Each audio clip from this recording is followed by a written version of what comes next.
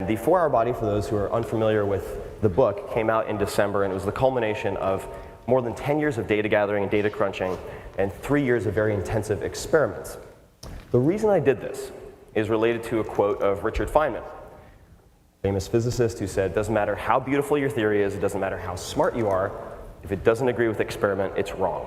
And it turns out, when you take much of the common knowledge about health, about fat loss, about muscular gain, for example, olive oil is good for you. Well, is it or is it not? Much of the research is based on manual laborers in Crete, and that research was performed in the 1950s. Will that apply to, let's say, a Japanese American? Maybe, maybe not. What you find is that self-experimentation is as easy as it has ever been. The tools available allow you within 2 weeks to really determine what is most effective for yourself, and that has never been the case before.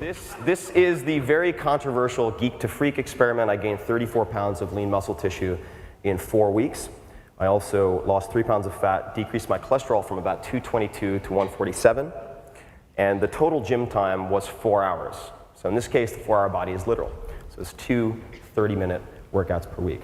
So the guiding tenet that I would encourage you all to embrace, whether it's looking at split testing for your startup, whether it's looking at increasing profit per user, average revenue per user, or changing your body, is to pause and reflect whenever you find yourself on the side of the majority. The most common approach is very seldom the most effective or the most efficient. The minimum effective dose. This is borrowed from Dr. Doug McGuff.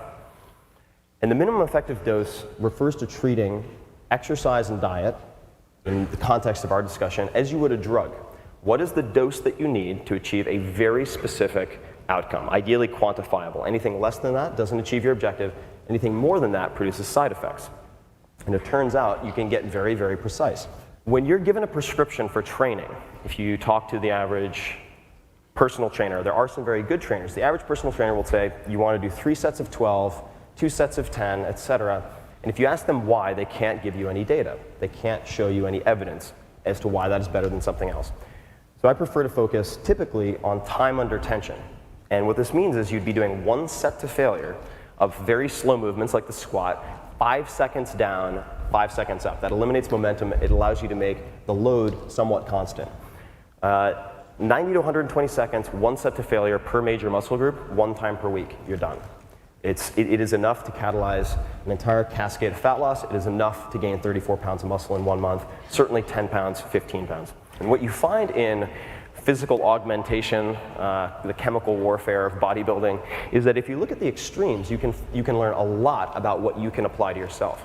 So if you want to, let's say, gain muscle, I would encourage you to look at wasting diseases like AIDS and the medical interventions that are used there, and then look at the freak shows, people who have gone from, let's say, 140 pounds of lean tissue to 317. Rig it in the beginning so you can win, so you can see visible progress. If it requires only 30 minutes in the gym per week, do 30 minutes in the gym. You can always do more after you've logged your 5 sessions, and make it temporary. When people view changes as permanent, they typically view any deviation from the program, any mistake, as full license to go back to how they were. So the way that I was able to help my father lose so much weight, 90 plus pounds, was by limiting the diet, the slow carb diet, to a 2-week trial. 2 weeks seems to be the shortest period of time within which you can log the 5 sessions and still have it stick. Think big, but start small. Get your 5 sessions, and at least in my experience, the impossible is very often anything but. So thank you very much. I'll be out there.